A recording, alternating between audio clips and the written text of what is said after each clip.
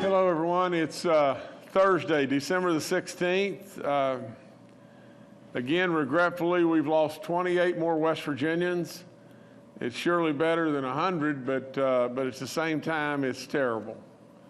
28 great West Virginians, so join me in prayer for these people, please.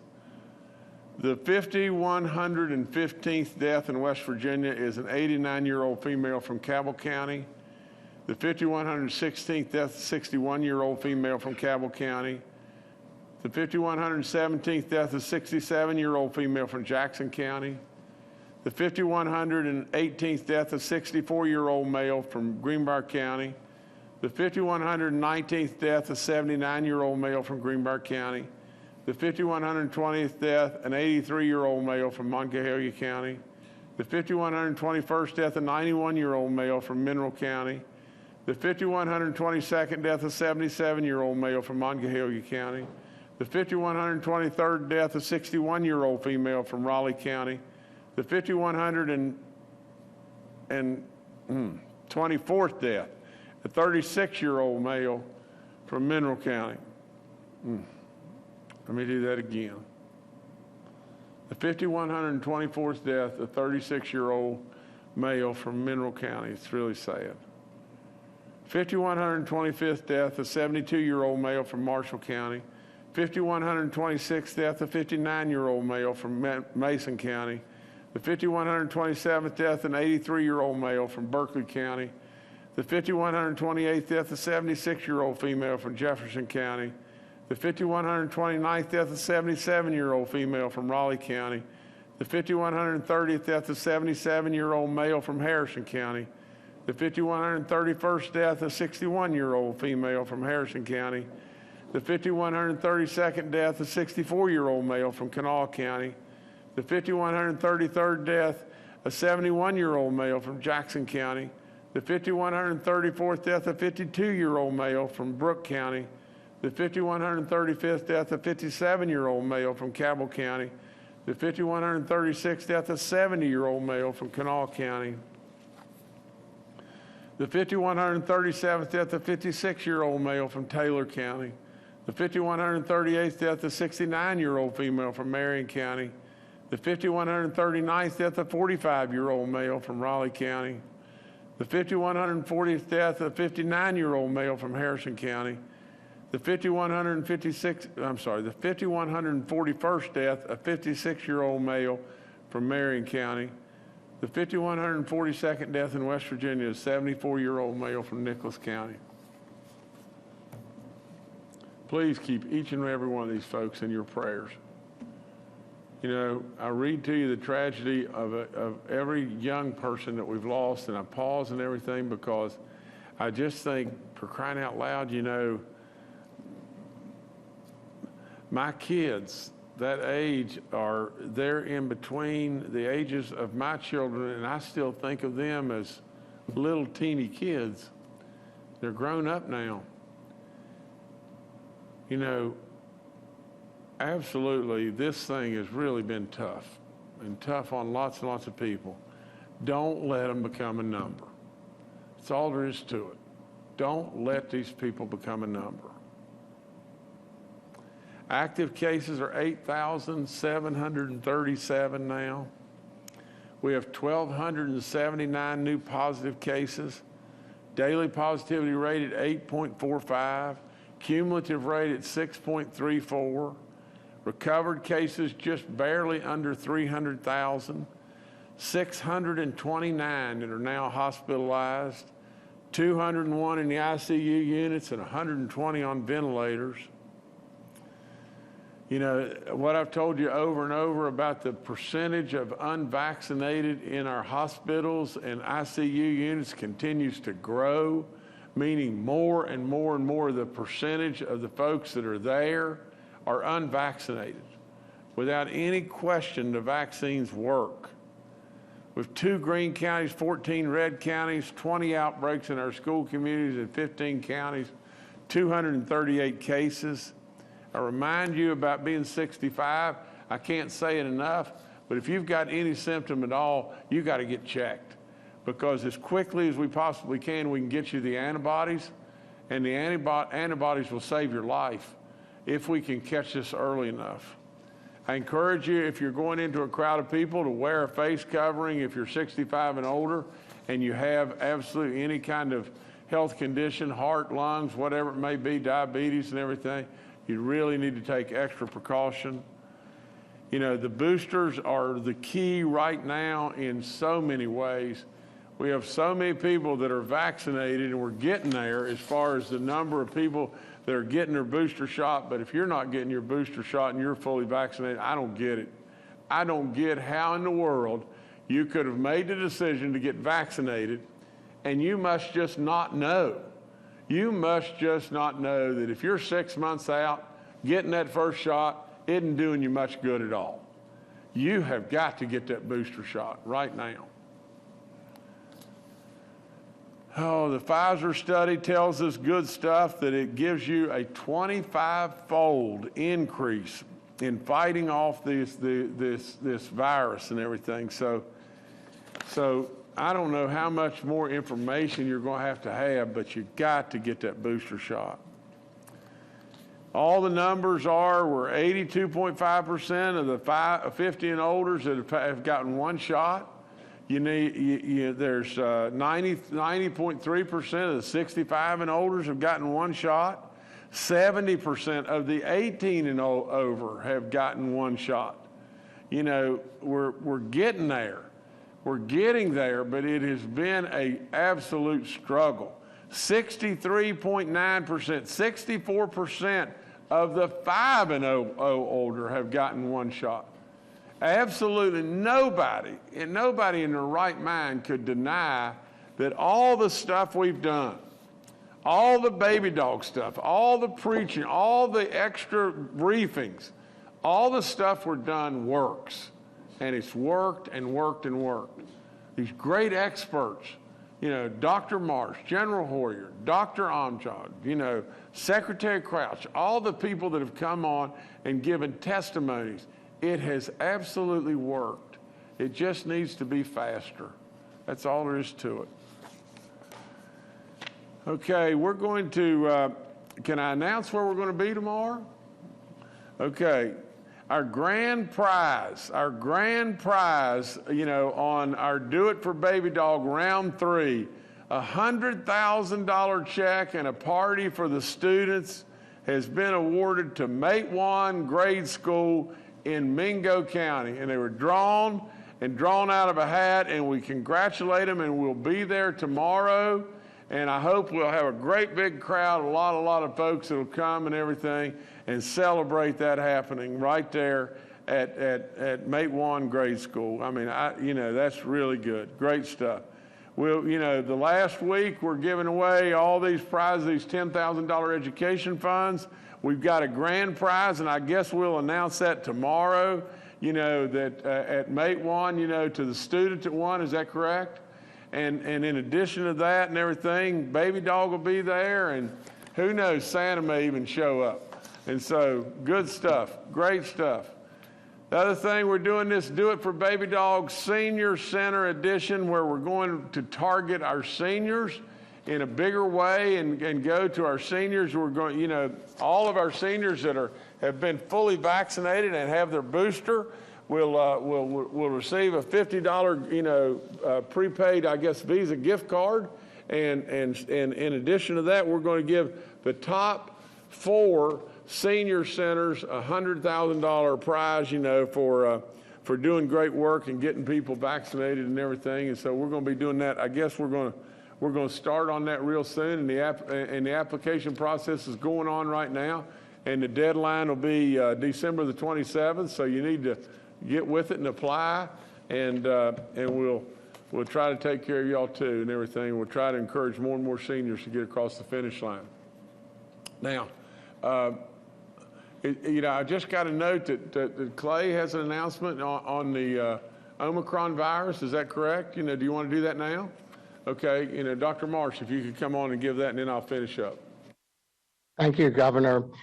Just to let you and everyone else know that we just immediately received notification from the Centers for Disease Control that in their surveillance study of West Virginia, that they have now identified a single case of the Omicron variant in West Virginia.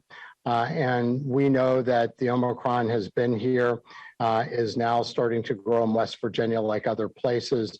But we just wanted to make sure, as we just immediately got that information, that we shared that immediately with the audience. So back to you, Governor. Okay, thank you, Dr. Marsh. And it's not good news, but we knew it was coming, did we not? I mean, it's running across this entire country. In fact, it's running across the whole globe. So we knew it was coming. Well, how do we stop it? What do we do? I just read to you, Pfizer said that booster shot with Pfizer gives you a 25-fold protection against this virus. How do we stop it, West Virginia? We got to get you across the finish line. I tell you over and over and over, I don't care what you're doing. I don't care what you're doing today. There is nothing more important than getting your booster shot. Nothing. Absolutely, you should get back, your regular vaccines, but there's nothing more important than that booster shot right now. Absolutely, it'll save your life. It'll save a lot of tragedy. You got to go get the booster shot. Young people, 5 through 35, we really appreciate the help that parents and grandparents have given us, because we've got a lot of kids, a lot of kids that have been vaccinated and continue to get vaccinated. All the information's up on our COVID vaccine line there. As far as the free testing, take advantage. I mean, as far as Frith and Walgreens, we thank you over and over. We got 44 outbreaks in our long-term care facilities, none in our church community, 139 inmate cases and 34 staff cases. Corrections still is doing a great job. I remind you about getting your flu vaccine, and I remind all the people out there that as far as the renters or landlords, please take advantage of this program that we have. We've got dollars there. All you've got to do is get in touch with us, and we'll see if we can get you qualified and everything, and we can send you some money that we've gotten allocated from the federal government.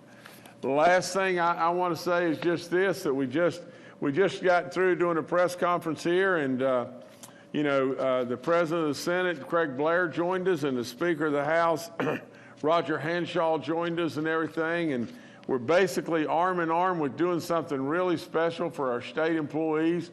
We're going to do another 5% pay raise, unprecedented, historic beyond belief and everything. We've got the money to do that. And absolutely, these people have stood up and kept our government running and run to the fire in lots of different ways.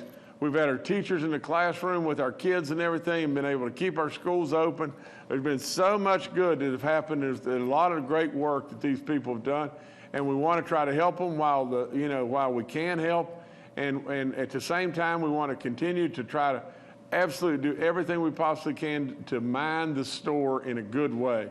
We've done it with almost a flat budget for a long time, for the whole time I've been here just about, and with all that being said, without any question, our state is really doing well.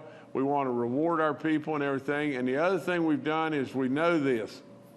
We know that coming out of D.C., what we got now is we've got grocery prices higher. We've got gasoline prices higher, on and on and on. Without any question, we're having to deal with inflation. So we're, in addition to doing this, we're doing a one-time 2.5% bonus that is basically an inflation vaccine that we're going to call an inflatocene.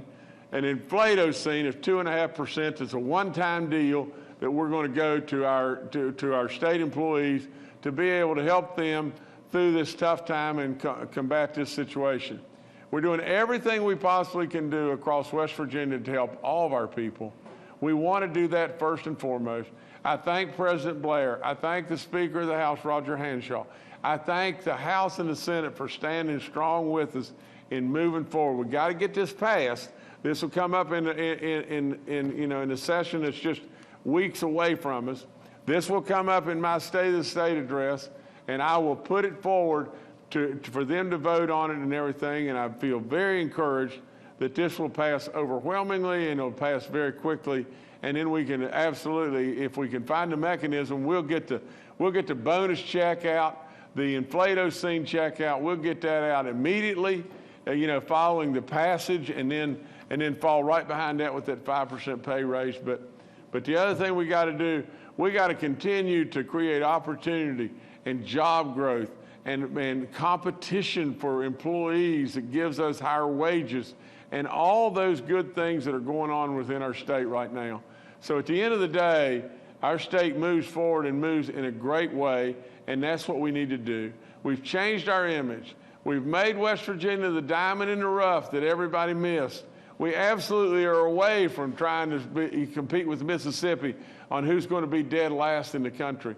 Without any question, we're on our way, West Virginia, but there's lots more we can do, and there's lots more we can help, and that's what we want to do. We want to continue to flip every rock and help every single person in this state in every way we can. So with that, that's all I got right now, and I'll pass to others. All right, thank you, Governor. We'll go back to Dr. Clay Marsh now, our coronavirus czar. Well, good morning. And as was mentioned earlier, we now also join the ranks of almost 2/3 of the states in the country who have been impacted by another variant of COVID-19, the Omicron variant. And I'd like to focus my comments on our two main missions here. Number one is to save lives and to maintain health. And number two is to maintain the capacity of our hospital systems so that people with not only COVID-19, but also people with other acute medical illnesses and chronic medical illnesses get the care that they need. And as we look at the rest of the country, and now let's look right around West Virginia, our border states. Let's look at Ohio and Pennsylvania and Maryland. And we see hospital numbers are going up to near historic levels. In Maryland, they have doubled their hospitalizations in 1 month. And those doublings and the increase that they are seeing from COVID-19 is not from the Omicron variant, it's from the Delta variant. And we know that unvaccinated people or people who are eligible for boosters who have not gotten boosted are driving this new surge in COVID-19 cases that is starting to overwhelm hospitals. And as we've talked about, on September 24th, we had 1,012 people in our hospitals in West Virginia. And today we have, I believe, 623. So we have not been able to create a large reserve like we had before. And we know that with the number of unvaccinated people in West Virginia, the number of only singly vaccinated people in West Virginia, and the number of people that are booster eligible that have not been boosted, we are at great risk as well to lose lives, as the governor reads every day, but also to overwhelm our hospitals. And let's talk just for a second about the Omicron variant, which is coming now and growing in West Virginia as we speak.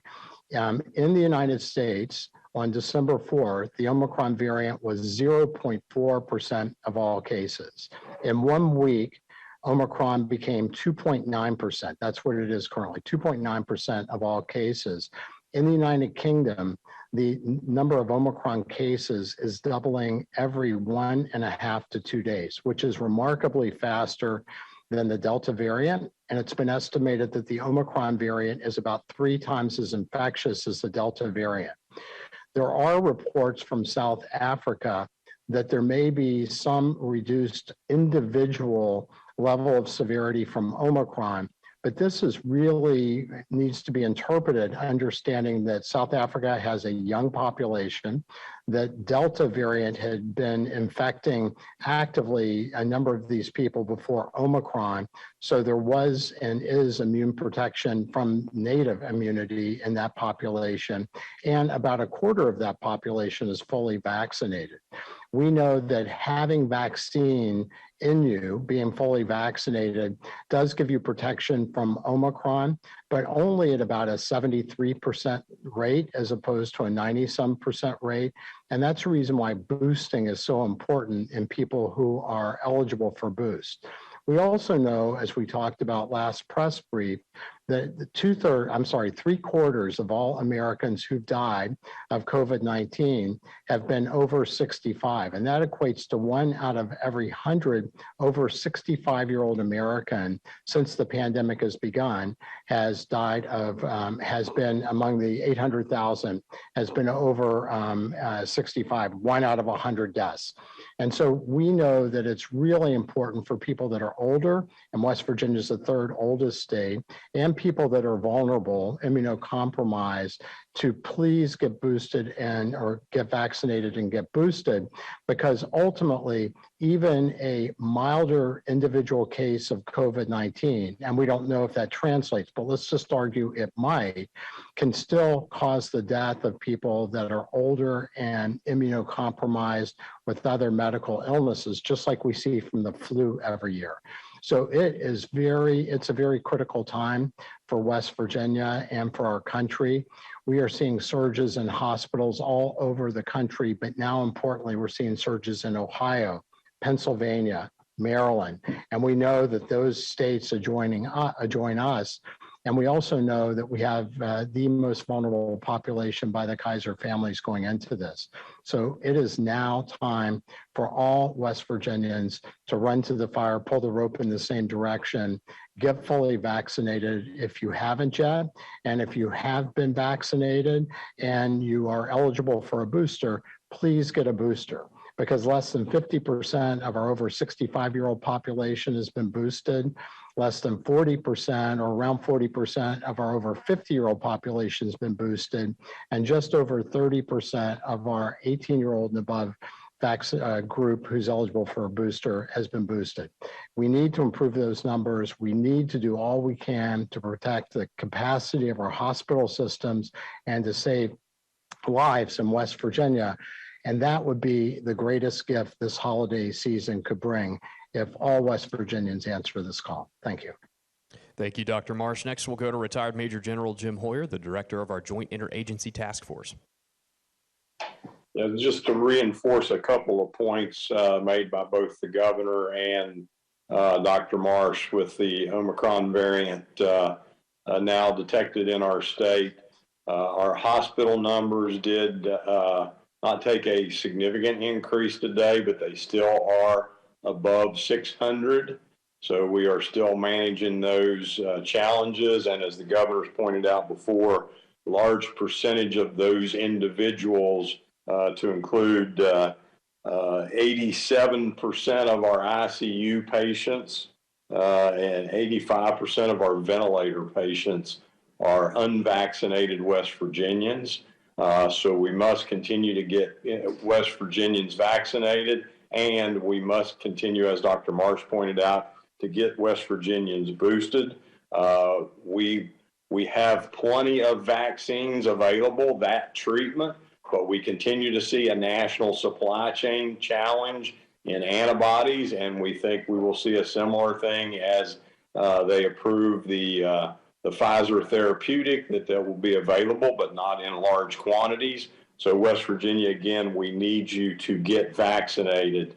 And as the governor pointed out, we are starting to see West Virginians listening to our messaging and to take advantage of the opportunities that we have given them with the various events that have gone on, as now over 70% of the population over 18 have taken at least one dose. But we've got to get that number into the 80s to have success. Thank you. Thank you, sir. Dr. Inamjad and Secretary Bill Crouch are also joining us today and are available for questions. We'll now go to questions from members of the media. The first today from David Beard with the Dominion Post. Hi. My question would probably be for Dr. Marsh, and part of it's been answered before, but I've been asked about it again. So if we could use a reminder. How do we determine whether a particular infection is Alpha or Delta or Omicron? And when you do the sampling, how do you project the total to say 90% of it's Omicron or 90% of it's Delta? And the third part of the question is, you mentioned that the CDC told us we have a confirmed Omicron case. How is it that the CDC tells us what we have and we don't know first? Thanks. Dr. Marsh, please. Thank you, Governor, and thank you, David. So the CDC has a surveillance system that they work with companies like LabCorp that also does some testing in West Virginia as well as other states. LabCorp sequences using next generation sequencing to be able to identify specifically which of the variant forms of COVID-19 is that positive PCR test. So you have to have a PCR test be done, which is the genetic test for COVID-19. And then the positive genetic tests are sequenced largely in our state laboratory, but also smaller numbers go through LabCorp and other vendors that do testing. This positive case, this Omicron case, was identified by one of the private groups and reported back to the CDC as they did their genetic sequencing on the virus. And we are in West Virginia are working with, with the state and with Q Labs, which is another company in Charleston that does a lot of great work for West Virginia. And we are sequencing as many of the positive result PCR tests that we can identify, and they're shipped up to Morgantown and now in some in Marshall. And the collaboration between the two universities with the state sequences all of these positive tests and identifies whether these tests are Delta variant cases, Alpha variant cases, Beta variant cases, or now Omicron variant cases. And the last run that we did in the state, which was last week, we had 100% Delta variant cases. We are doing another run this week in the in-state laboratory, and we are confident that very soon we will also start to see the Omicron variant in those samples. So it's really a matter of the surveillance system the CDC uses with LabCorp and other vendors, not just in West Virginia, but around the country. But the majority of the samples are sequenced by our in-state group, and our in-state group has not identified an Omicron variant case yet. All right, thank you, David. Next, we'll go to John Mark Shaver with West Virginia News.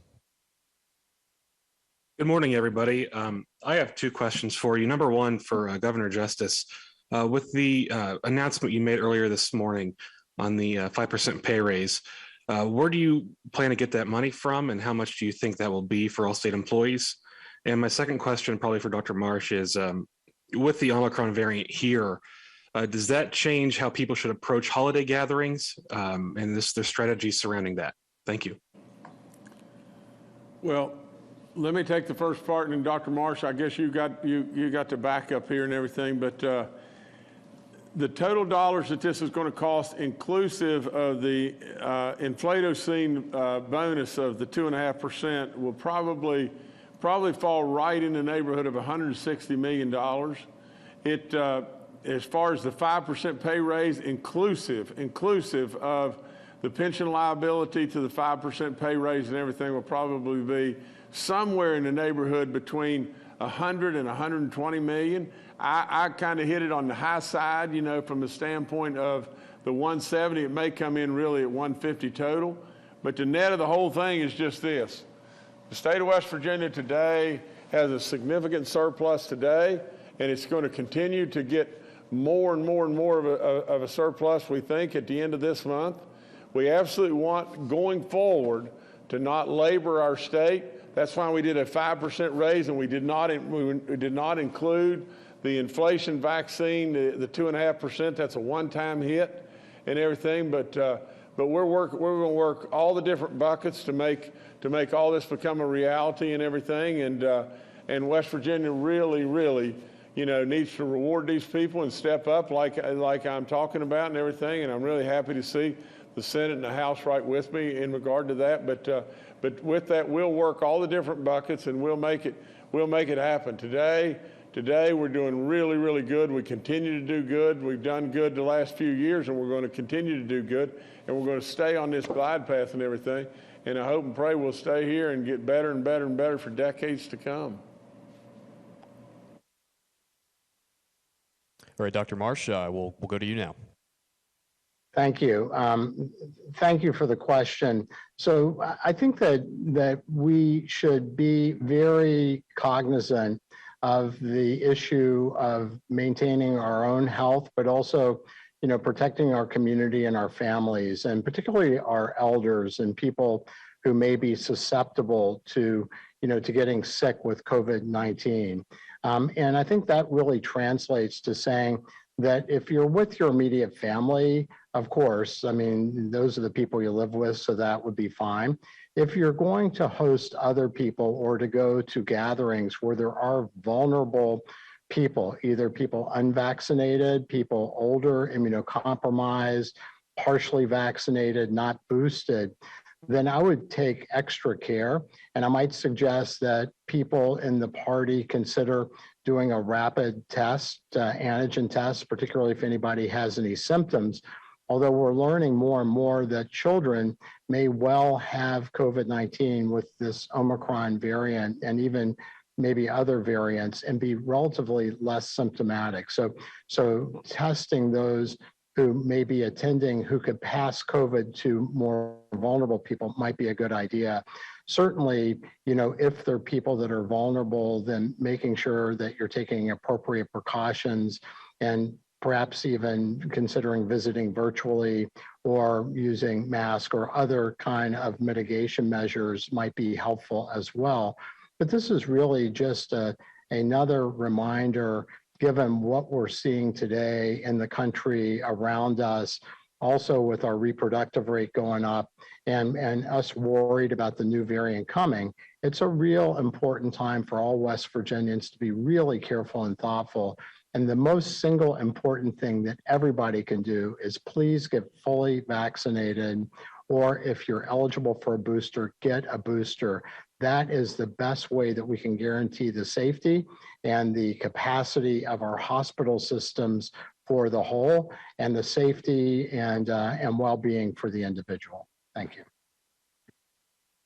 All right, thank you, John Mark. Next, we'll go to June Leffler with West Virginia Public Broadcasting. Good afternoon, Governor and panel. I would like to ask more questions about the Omicron case. So yeah, do we know if this is a single case or a few cases, and what part of the state did this case appear? And can we even get information on if this person was vaccinated or symptomatic? And then, yeah, just any insight you can give us on the trajectory of the Omicron variant that you think it will have in West Virginia. If we've got one case now, at what point will that variant make up 10% of our cases or 50% of our cases? Thank you.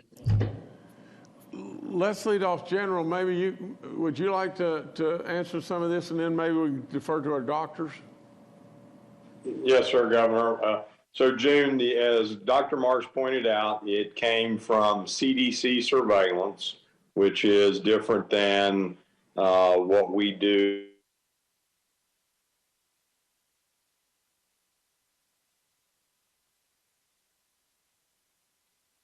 Looks like we're having a connection issue. Oh, we got him back now. General Hoyer, if you don't mind repeating your answer there, we lost you for a second. Yes. So, June, we received that from CDC data from their surveillance system. We just received it about 20 minutes before we started the press conference, so we're still pulling data together as to the specific information on that. Once that is made available, we will provide more data.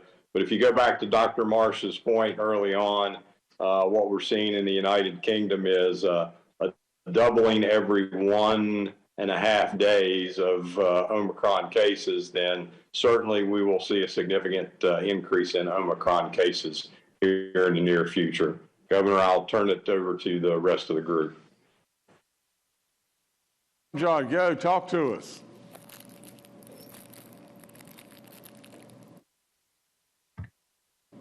I'm sorry, Governor, who do you want to talk? Well, I said Dr. Amjad because she hadn't. Okay, great. Oh, yes, Governor, sorry. We're in this building with bad Wi-Fi. Well, yes, June, what General Hoyer said, we're going to get that information as soon as possible. We really just received it, but we wanted everyone to be aware of that so that they can take extra precautions. But we'll get that information out as soon as we have that from our epidemiology team, who's going to look into which county, who's infected, the breakthrough case, all the questions that you asked. But we just don't have it right now. We did get it just literally right before we started. Thanks. And Dr. Marsh, have you got anything else? Thank you, Governor, and thank you, June. The only thing that I would say is that we have never experienced a form of COVID-19 that can spread as rapidly as the Omicron variant. And the Omicron variant is a bit different than Delta in that it appears to be about twice as infectious inside of families and about 3 times as infectious overall than the Delta variant. It also seems to be able to infect people who have been either previously infected with another form of COVID-19 or people that have been vaccinated but not boosted. And so we know that there is going to be many cases of the Omicron variant that may not respect some of the same boundaries or borders or barriers that we have seen with the Delta variant. And in fact, in Denmark, with 80% of their population fully vaccinated, 3/4 of the Delta or of the Omicron cases in Denmark are in people that have been previously vaccinated. The vaccine still gives some protection against severe disease, apparently, and that's what we're seeing somewhat in South Africa. But the truth is that we need to pay particular attention because the Omicron variant is a worse form of COVID-19 than we've seen before related to its ability to spread person to person. And given our vulnerable population and given what's going on around the rest of the country, we are in the bullseye right now of a very, very large storm that could be coming right at us and at our hospitals and at our communities and at our citizens. So I know a lot of people are tired of hearing us, continue to say, you got to do this, please do that. But it is so important right now that we really protect our state before we get underwater.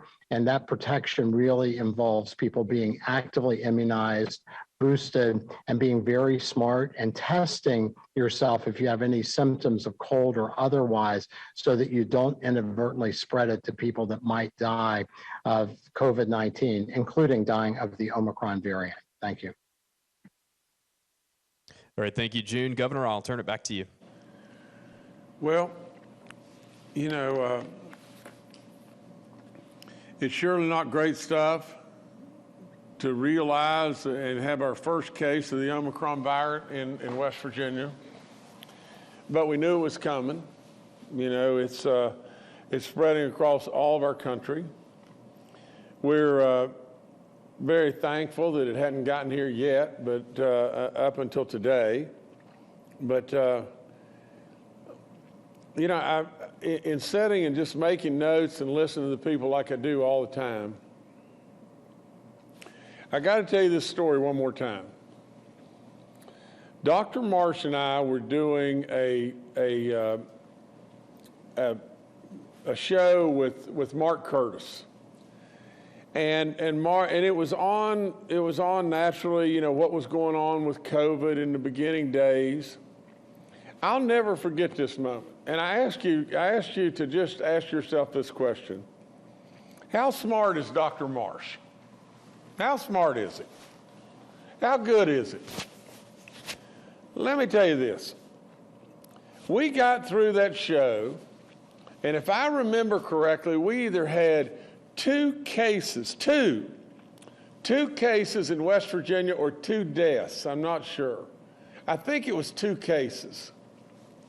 Well, when we were through with the show, somebody came, we were walking off the set.